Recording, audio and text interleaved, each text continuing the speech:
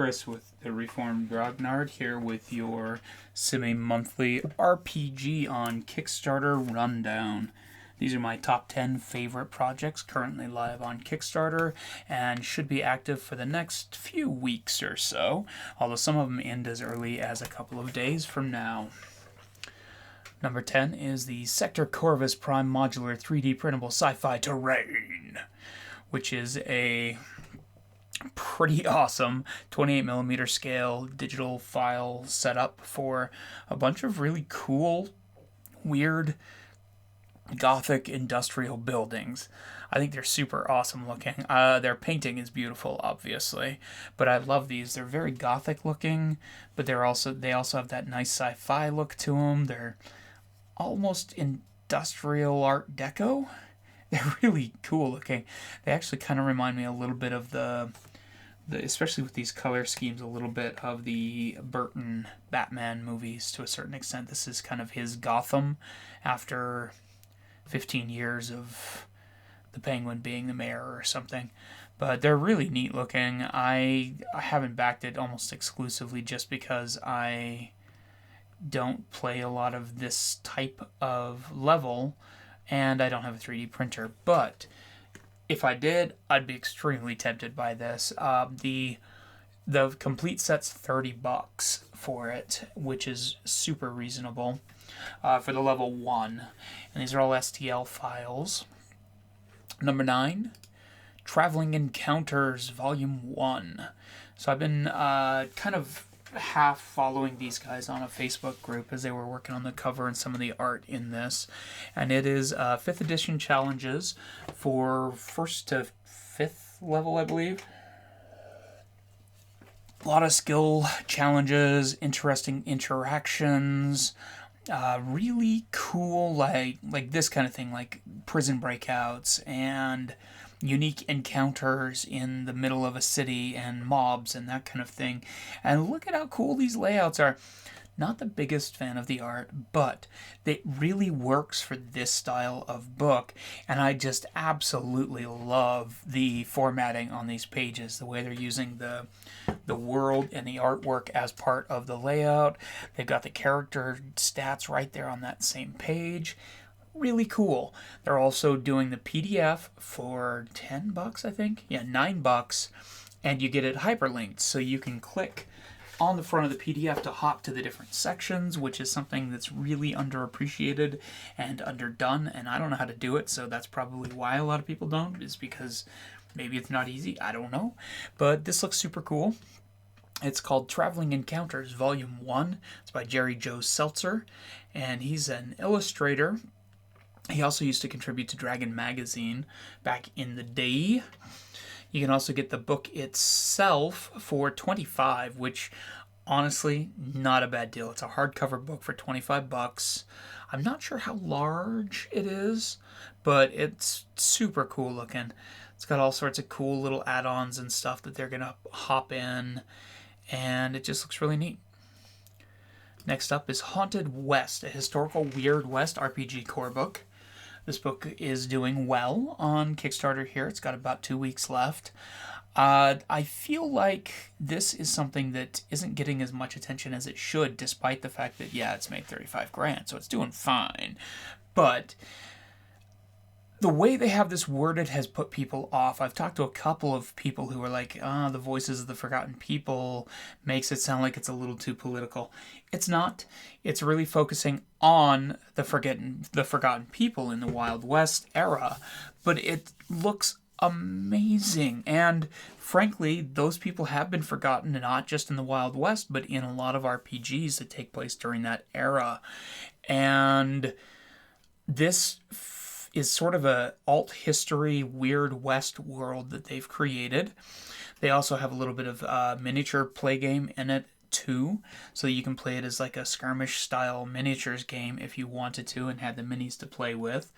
The art's not amazing, which is my biggest concern with the game, but the book itself looks phenomenal. I think the idea behind it's amazing. I think the idea that it's kind of the marginalized people from that era who were super there. They were involved. They were doing things, and they were able to do things in ways that they couldn't do in a lot of the rest of the world at that time frame.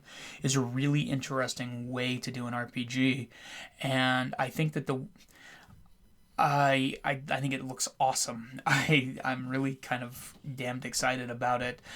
Digital copy's $20. The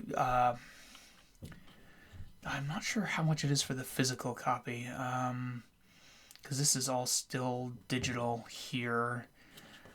Looks like it's $50 for the hardcover copy, which is kind of spendy, but it's a hardcover RPG core book, and it looks really cool. Number 7 is the Papa Woodman Miniatures Investigators Wave 2. So this is Smallwood's second Kickstarter that he's done, and these are all old school miniatures that, man, I wish I could justify getting. They're kind of spendy because they're old school minis. It's $26 for all 5 of them, and it comes with Betty Remus, Switch Mahoney, Papa Remus, Rita Kowalski, Werner Lang, and then they've got a Stretch Club character as well. They're also they've got a add-on for the Cthulhu sculpt, which is hilarious and I love it. But these are great for if you play Call Girl of Cthulhu is an indie film that I have happened to review previously on my horror podcast. If you play Call of Cthulhu or any pulp and horror type stuff, this would work really well for Streetlights and Shadows if my game was out, but I'm definitely going to have to keep these in mind. It looks like he has made some of them available after the campaigns as well. Next up is Pulp Figures Dangerous Dames by Bob Murch. This is the third or something like that. This guy does a ton of miniatures. They're all very old school. The illustrations don't always necessarily match the minis. The minis have a lot more of that like old-fashioned lead figure look to them, which I love. These are all unpainted white metal. Not cheap, but they are phenomenal. Look at how great. I love this collection of different dames, as he puts it. I think it looks really fun. I just wish I could afford it. It's $95 for all 30 minis, which isn't bad for hand-sculpted metal minis, and especially like kind of this niche market, but it's just hard to justify because there are so many minis on Kickstarter right now. It's insane how many are there. Tons of like little extra things that they've unlocked too, which is great. So that's Pulp Figures Dangerous Dames. And that was number 5 this month. Number 6 is Drinking Quest Old Habits. This is a drinking game and tabletop RPG, and it's a total throwback to like old school 80s RPGs. It's $20, $21 for the game, and I'm probably going to end up having to pick this up at some point here, even if I don't end up getting the Kickstarter, because it is right up the people I play with, Sally. My brother and Bo will probably have a lot of fun playing this game once we get it. The interesting thing is that it's a couple of themed quests, and they come in card form, and you kind of play through the cards as you're going, and it's really interesting. It contains 4 main quests and 2 bonus quests, and each quest contains 12 unique cards with no repeat cards. Now, I've got to be honest, the main reason I wanted to back this is because they have a card called the Brie Holder, which is brilliant, and I love it. But everything they show is hilarious looking. They've got a Ghost Kraken and Lost Goblins, and it just looks super fun. I think the art fits it perfectly, and they have a Sexy Cthulhu mini that you can get if you get the bigger reward. So anyway, it looks fun. I think it looks definitely worth picking up if you like that kind of tongue-in-cheek parody Dungeons and Dragons type thing. I think for the right group, this could be an extremely fun little RPG to run through. So now we're up into some fancier, higher end things here that have been wanting to take my money. First off, Dark Raven has their Fantasy Scoutscape Kickstarter live right now for just a couple days left. They are remastering a bunch of their older stuff into higher end MP3s and better sounding surround sound type aspect of it. You can get just the basic silver pledge for I can't remember, $50, and that gives you 12 hours of audio. If you want to go all in, it's like $300, and you get everything. You get like hours and hours and hours of really awesome music to play with your RPGs or board games or just writing. I actually have a couple of these that I just listen to when I'm writing. I really like his work. I can't afford it right now, but I would love to pick up some of these eventually because I think they're really cool. He's a super short campaign. He only ran it for 10 days, so that's why it's only got a few days left. And I hadn't mentioned it previously. It all seamlessly loops. It's perfect if you've got a group that likes to have that atmospheric music in the background as you're playing. Number 3 is Skinny Minis. Now, this is a project I love. They're doing great. They're at $511,000. They are a printed acrylic mini. They unfortunately went up against our next one on here, and so I don't think they're doing quite as well as they should be, because I think this is a great idea. It's an excellent way to have a ton of minis. You don't have to paint them. They literally have a binder you can stick them in and carry around. You can flip through them to find your minis. They're easy to just slap into the stand and have them ready to rock and roll. They are doing the clear acrylic with them so that they look really good in situ, as it were. They have a bunch of different sizes to them, which I really like too. They're set up weird. They're set up in different sets, and then you buy based off of the number of sets you want.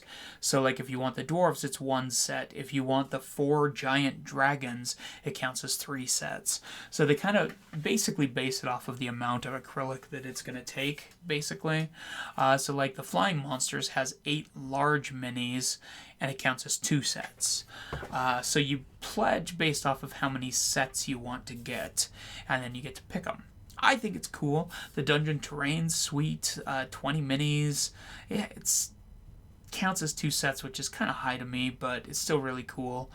I do think it'd be kind of neat if they had flat laying ones too that didn't need the bases, like terrain effects and stuff, but it's cool. My only minor complaint about this series is that there's multiple artists on it, and some of them are strikingly different illustration styles than some of the others, and I feel like that's a little jarring. But honestly, when you're talking 28mm high printed minis that you're playing with on a table, it's not going to matter that much. I think it's really cool. I love the idea of it, and honestly, the name Skinny Minis is just very funny. Reaper also has an active Kickstarter. Number 5 is back. It's killing it. It will probably be at 2 million by the time I wake up in the morning. As usual, Reaper is giving you a tremendous amount of plastic for the money that you've pledged. It's like $120 to get all in on the core set. They have unlocked a ton of expansions. The core set gets you all this right now. There's just many after many, and dragons and elks and rock dudes and wolves and scarecrows. There's Krampus right here that may or may not have swayed me. I missed out on this the last few times. I didn't even know it existed, frankly, until people were already getting 4 in. So I leapt on this. I ended up getting like wave 12 or something like that, but then somebody dropped out of wave 1 this morning, so I popped into the wave 1 one because the amount of minis you get for $120 is insane. They also have a bunch of really reasonably priced add-ons. You can add the entire Greek Odyssey expansion for $50, and it's got all sorts of big bulky dudes. There's dark elves that unlocked in the main core set. The townsfolk is super cool. It's got like all of these guys for $20, which is a pretty good deal for just kind of scatter humanoids, so to speak. The other thing I really like about this is that a lot of these are their older sculpts, and they're just remastering them for plastic production, which I think is kind of an interesting way of doing it. So it does add a little bit of an inconsistent feel to some of the sculpts and designs, but at the same time you also get some classic sculptures from some of these guys that are like legends in the industry, and some really like old school classic stuff. This one is one of their expansions, the $50 Dungeon Dwellers expansion, and you get some great stuff in this. Look at this, like piles of treasure and wizards and orcs and goblins and halflings and dragons. Super cool. It would be really easy to go all in on this. It'd be like $700 in the hole just because of all the add-ins they have, but as usual, they're killing it. And number one is one that I backed quite a while, is ending in just a couple days, Root, the tabletop role-playing game. I have played Root, the tabletop game, and didn't love it. I just think it's not my kind of game, but everything about the world and the art by Kyle Ferrin is amazing. And the idea of an RPG that takes place in this world with the art and the atmosphere and the cheeky world that they've created in the woodlands here is super cool. It uses the Powered by the Apocalypse system, which is something I'm learning right now, and so that will make it even easier to dive into it. It uses some really interesting stats. It's finesse, luck, charm, cunning, and might. And then those are the different things that you do, and everything's ranked between -2 and +3, and your stats just kind of tweak that. And so I think it's a really cool, fairly simple system that I think is well worth supporting. I think it's super cool. It's reasonable. You can get into the full core book, which is a 6x9 hardcover book for... well, the PDFs are $20. The core book is $40. I backed at the $100 level, which gets you both books. It gets you the core book and the Vagabonds book that they've expanded to. Oh, sorry, the Travelers and Outsiders expansion. You also get the Vagabond Satchel, which comes with a few dice sets and some decks of cards for equipment and denizens and some maps and all sorts of cool stuff. Honestly, I feel like that's worth the extra little upgrade on it. To get 2 books and that for $100 is a pretty good deal these days for RPGs. And the art's just absolutely beautiful. I love everything that they do in this. It's super cool. So anyway, that is my rundown of my top 10 projects for RPGs and tabletop currently live on Kickstarter. As always, thank you for watching. Please hit subscribe and ring the bell, ding ding, to be updated when we release new products and projects. We are working on a live play RPG called Quantum Sliders right now. We're refining our review process so we can start reviewing board games and RPGs as well. And we're doing some fun stuff. Check us out. You can also get my first ever tabletop game on Deeply Dapper Games right now.